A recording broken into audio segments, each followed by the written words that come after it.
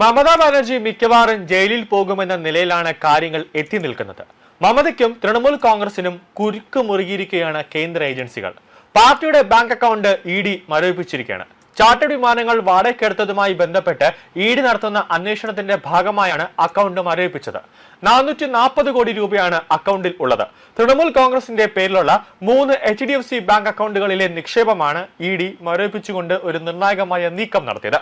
2023 ഏപ്രിലിനും 2026 ജൂണിനും ഇടയിൽ പാർട്ടിയുടെ അക്കൗണ്ടുകളിൽ നിന്ന് ഏകദേശം 160 കോടി രൂപ Carewell aviation India private limited എന്ന കമ്പനിയിലേക്കും അതിന്റെ അനുബന്ധ സ്ഥാപനങ്ങളിലേക്കും മാറ്റിയതായി ഇഡി കണ്ടെത്തിയിട്ടുണ്ടായിരുന്നു. ഈ വകമാറ്റിയ തുകയിൽ നിന്ന് 112 കോടി രൂപ ഉപയോഗിച്ച് ഒരു എംബ്രയർ ലെഗസി, അതായത് 600 ബിസിനസ് ജെറ്റും അതോടൊപ്പം തന്നെ അഗസ്റ്റ 109 ഗ്രാൻഡ് വ്യൂ ഹെലികോപ്റ്ററുകളും വാങ്ങിയതായി അന്വേഷണ സംഘം വ്യക്തമാക്കുകയാണ്. നടപടി പൂർണ്ണമായും രാഷ്ട്രീയ പ്രേരിതമാണെന്ന് തൃണമൂൽ കോൺഗ്രസ് പറയുകയാണ്. പാർട്ടിയുടെ എല്ലാ ബാങ്ക് നിക്ഷേപങ്ങളും സുതാര്യമാണെന്നും ലഭിച്ച സംഭാവനകളുടെ വിവരങ്ങൾ കൃത്യമായി ഇലക്ഷൻ കമ്മീഷനും ആദായ നികുതി വകുപ്പിനും സമർപ്പിച്ചിട്ടുണ്ടെന്നാണ് TMC നേതൃത്വം പറയുന്നത്. എന്നാൽ എൻഫോഴ്സ്മെന്റ് ഡയറക്ടറേറ്റ് പറയുന്നത് ഈ മമതാ ബാനർജി 15 വർഷത്തോളം പശ്ചിമ ബംഗാളിൽ ഭരിച്ച സമയത്ത് നടത്തിയ അഴിമതികളാണ് ഇപ്പോൾ അന്വേഷിക്കുന്നതെന്നാണ് എൻഫോഴ്സ്മെന്റ് ഡയറക്ടറേറ്റ് പറയുന്നത്. കള്ളപ്പണം വെളുപ്പിക്കൽ നിരോധന നിയമപ്രകാരമാണ് ഇഡിയുടെ കൊൽക്കത്ത യൂണിറ്റ് അക്കൗണ്ടുകൾ മരവിപ്പിച്ചത്. TMCയുടെ ഫണ്ട് ഉപയോഗിച്ച് വാങ്ങിയ വിമാനങ്ങളും ഹെലികോപ്റ്ററുകളും പിന്നീട് TMCക്ക് തന്നെ വാടകയ്ക്ക് നൽകിയ ഇടപാടുകളെ കുറിച്ചാണ് അന്വേഷണം നടക്കുന്നത്. 2023 ഏപ്രിൽ മുതൽ 2026 ജൂൺ വരെയുള്ള കാലയളവിൽ തൃണമൂൽ കോൺഗ്രസിന്റെ ബാങ്ക് അക്കൗണ്ടുകളിൽ നിന്ന് ഏകദേശം 160 കോടി രൂപ കെയർവെൽ ഏവിയേഷൻ കമ്പനിയിലേക്കും അതിന്റെ അനുബന്ധ സ്ഥാപനങ്ങളിലേക്കും മാറ്റിയതായി ഇഡി കണ്ടെത്തിയിട്ടുണ്ട്. ഈ തുകയിൽ നിന്ന് 82.96 കോടി രൂപ പുതിയതായി രൂപീകരിച്ച മറ്റൊരു ഷെൽ കമ്പനിയിലേക്ക് മാറ്റിയതായും അന്വേഷണ സംഘം പറയുന്നു. ആകെ 112 കോടി രൂപ ചെലവഴിച്ച് ഒരു എംബ്രയർ ലെഗസി 600 വിമാനവും അഗസ്റ്റ 109 ഗ്രാൻഡ് ന്യൂ ഹെലികോപ്റ്ററും വാങ്ങിയതായാണ് ഇഡി ഇപ്പോൾ വ്യക്തമാക്കിയത്. ഇതിൽ ഹെലികോപ്റ്റർ വാങ്ങാനായി കെമാൻ ഐലൻഡ് ആസ്ഥാനമായുള്ള ഒരു വിദേശ കമ്പനിയിൽ നിന്ന് $1.7 മില്യൺ ഈട് രഹിത വായ്പയായി സംഘടിപ്പിച്ചതായി റിപ്പോർട്ടിൽ പറയുന്നുണ്ട്. പിന്നീട് ഈ വിമാനവും ഹെലികോപ്റ്ററും തൃണമൂൽ പാർട്ടിയുടെ ആവശ്യത്തിനായി വിട്ടുകൊടുക്കുന്നതാണ് എന്നൊരു ആരോപണമാണ് ഉണ്ടായത്.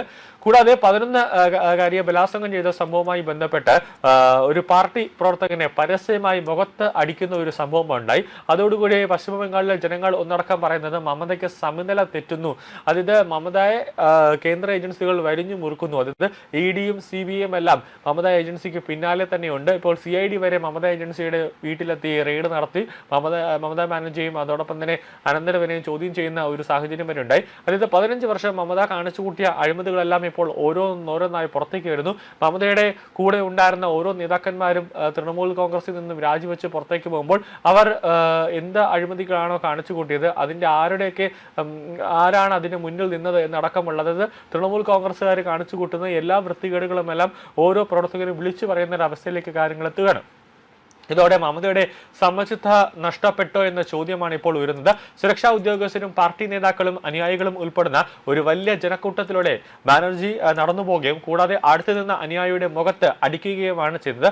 അതോടുകൂടി സ്വന്തം പാർട്ടി പ്രവർത്തകനെ വരെ പൊതുമധ്യത്തിലിട്ട് മമത അടിക്കുന്നു, അല്ലെങ്കിൽ ആ പാർട്ടി പ്രവർത്തകന് പോലും ഒരു വില മമതാ ബാനർജി കൊടുക്കുന്നില്ല എന്ന ഒരു വലിയ രീതിയിലുള്ള ഒരു പ്രചാരണം ഇപ്പോൾ സോഷ്യൽ മീഡിയയിലടക്കം ഉണ്ട്. കൂടാതെ മമതാ ബാനർജിക്ക് നേരെ വലിയ രീതിയിലുള്ള പ്രതിഷേധം ഇപ്പോൾ പശ്ചിമ ബംഗാളിലെ ജനങ്ങൾ ഉയർത്തുന്നുണ്ട്. കാരണം മമതയുടെ ഭരണസമയത്ത് സ്ത്രീകൾക്ക് നേരെ ആക്രമണം ഉണ്ടാകുമ്പോഴും സ്ത്രീകൾക്ക് നേരെ അതിക്രമം ഉണ്ടാകുമ്പോഴും പരാതിയുമായി ചെല്ലുമ്പോൾ പോലും മമതയുടെ സർക്കാരോ അല്ലെങ്കിൽ മമതയുടെ പോലീസുകാർ പോലും അടിച്ചോടിക്കുന്ന ഒരു സാഹചര്യമാണ് ഉണ്ടായത്. പക്ഷേ ഇപ്പോൾ ഒരു 11 വയസ്സുകാരിക്ക് നേരെ ഒരു അതിക്രമം ഉണ്ടായ സമയത്ത് ഇപ്പോൾ BJPയുടെ പോലീസ്, അതായത് സുവേന്ദു അധികാരിയുടെ സർക്കാർ നിർണായകമായ രീതിയിലുള്ള ഒരു തീരുമാനമെടുത്തു. എൻകൗണ്ടർ എന്ന നിലയിലേക്ക് ഒരു തീരുമാനമെടുത്തു.